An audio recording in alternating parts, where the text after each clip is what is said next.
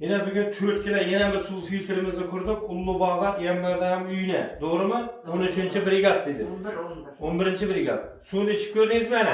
Kameralar doğrusunu aytıvereyim. İşte bereket tapkıysız üzerimiz sudum şoradı. Çalmı dedik. Hazır içip gördüm yine şimdi sütçe. Hakikaten şimdi rast mekan akır zapas filtrelerinden verdik. Acayip. Bir yıl garantiyasını verdik. Firma dükkanından zakaz etmediler.